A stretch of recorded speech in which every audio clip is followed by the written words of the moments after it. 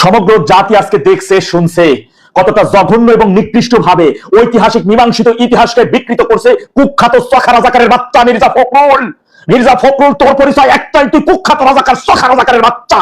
অনেকে বলবেন যথেষ্ট বয়স হয়ে গেছে এমন একজন সিনিয়র সিটিজেনকে তুই তুকারি করে বলতেছে, আরে ভাই ইতিহাসের জঘন্যতম নোংরা বাজায় যদি আর আমি গালাগালি করি তা আবার কষ্ট দূর হবে না? ও আবার নিজের একজন বীর মুক্তিযোদ্ধা দাবি করে। আর একজন যে সত্যিকারের অর্থের যে মুক্তিযোদ্ধা, সে কিভাবে বঙ্গবন্ধুকে অস্বীকার করে? সে কিভাবে ঐতিহাসিক ইতিহাসকে বিকৃত করে?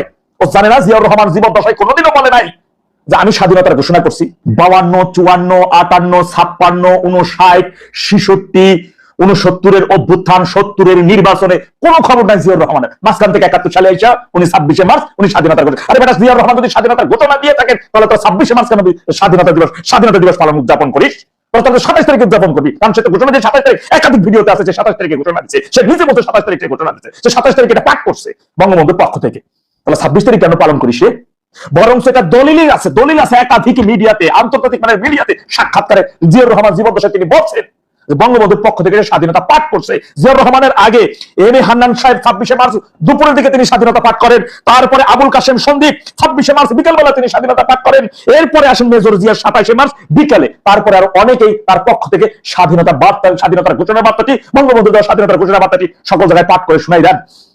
অথচ এই মীমাংসিত ইতিহাস মির্জা ফখরুল পারবে কোন জায়গায় স্পন্দটা দেখাইতে যে জিয়াউর রহমান এখানে স্বাধীনতার ঘোষণা করতে? এই দেখেন তার দলিল।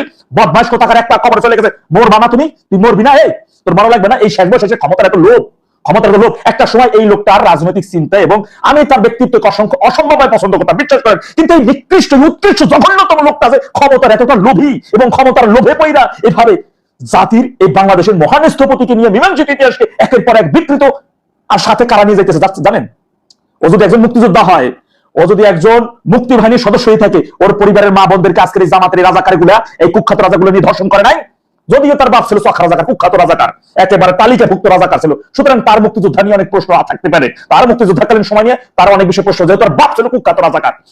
আজকে স্বাধীনতা বিরোধী 1500, আমাদের রংপুরে প্রায় 1500-র অধিক বাঙালিকে নির্মমভাবে হত্যা করা, সেই এটিএম আজহারকে সাথে নিয়ে তোমরা শুভেচ্ছা জানাতে থেকে সাথে নিয়ে সংসদে বসো, সংসদে জাতীয় সঙ্গীতের সময় দাঁড়িয়ে তারা সম্মান পর্যন্ত জানায় না, তাদেরকে নিয়ে সংসদে বসে রাজাকারের বাচ্চা সব রাজাকারদের গুলো সংসদে একজনও জনগণের প্রতিনিধিত্ব করে না। মীমাংসিত ইতিহাসকে একের পর এক ওরা বিকৃত করে চলছে।